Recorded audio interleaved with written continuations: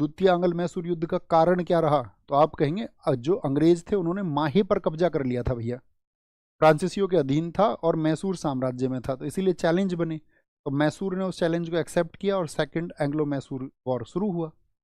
तीसरे का क्या कारण रहा इसी तरह? तो तीसरे का कारण ये रहा कि इस समय पर आपका एक त्रावणकोर का शासक था। त्रावणकोर, त्रावणकोर अगर आप समझे तो त्रावणकोर कहाँ पड़ता है? आपका केरल में स्थित है। तो यहाँ पर जो त्रावणकोर था, त्रावणकोर, त्रावणकोर कहाँ पड़ता है? केरला में। तो जो त्रावणकोर का शासक था वो दो द्वीप खरीदने की आपका प्लानिंग में रहता है। यानी यहाँ का जो राजा था वो आपका केरला में, केरला में बोले तो कोचीन में, कोचीन में, कोचीन में क्या हो रहा था यहाँ पर? कोचीन में दो द्वीप बिक रहे थे। कोचीन में, कोचीन में दो आइलैंड यानी कि दो द्वीप। अब उन द्वीप जो है, द्वीपों को खरीदने की तैयारी में कौन है? आपका केरल का राजा। और ये जो केरल का राजा है त्रावणकोर का, इसके ईस्ट इंडिया कंपनी से अच्छे संबंध थे। इसमें क्या दिक्कत हुई? अच्छे संबंध थे तो फिर तो कोई बात ही नहीं है, क्या कोई खरीदारी भी नहीं कर सकता? बात है, बात क्या थी?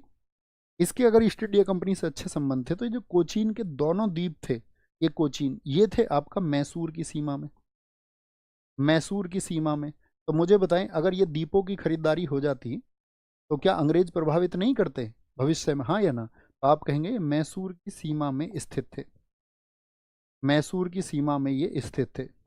तो इसने कहा त्रावणकोर के राजा से कि भाई तुम ये नहीं खरीद सकते हो, क्योंकि अगर तुम इसको खरीदोगे तो इसका फायदा कल को ईस्ट इंडिया कंपनी उठाएगी और हमारी जो आंतरिक आपका सुरक्षा है उससे इसको जो है ठेस पहुंचेगी और उसमें सेंध लगेगी। बात तो ठीक थी एकदम से टीपू सुल्तान की। तो उसने मैसेज भिजवाया त्रावणकोर के राजा को, तो त्रावणकोर का राजा तब भी उस डील पर पीछे नहीं हटा और उस बात को आगे बढ़ाए रखता है। और जब वो नहीं मानता है तो फिर क्या मजबूरी बन जाती है टीपू सुल्तान की, किस पर आक्रमण करने की? तो टीपू सुल्तान त्रावणकोर के राजा पर आक्रमण कर देता है। अब अंग्रेजों को तो यही मौका चाहिए, तो अंग्रेजों को मौका मिल गया। भाई अंग्रेज मौका ही तो ढूंढते थे।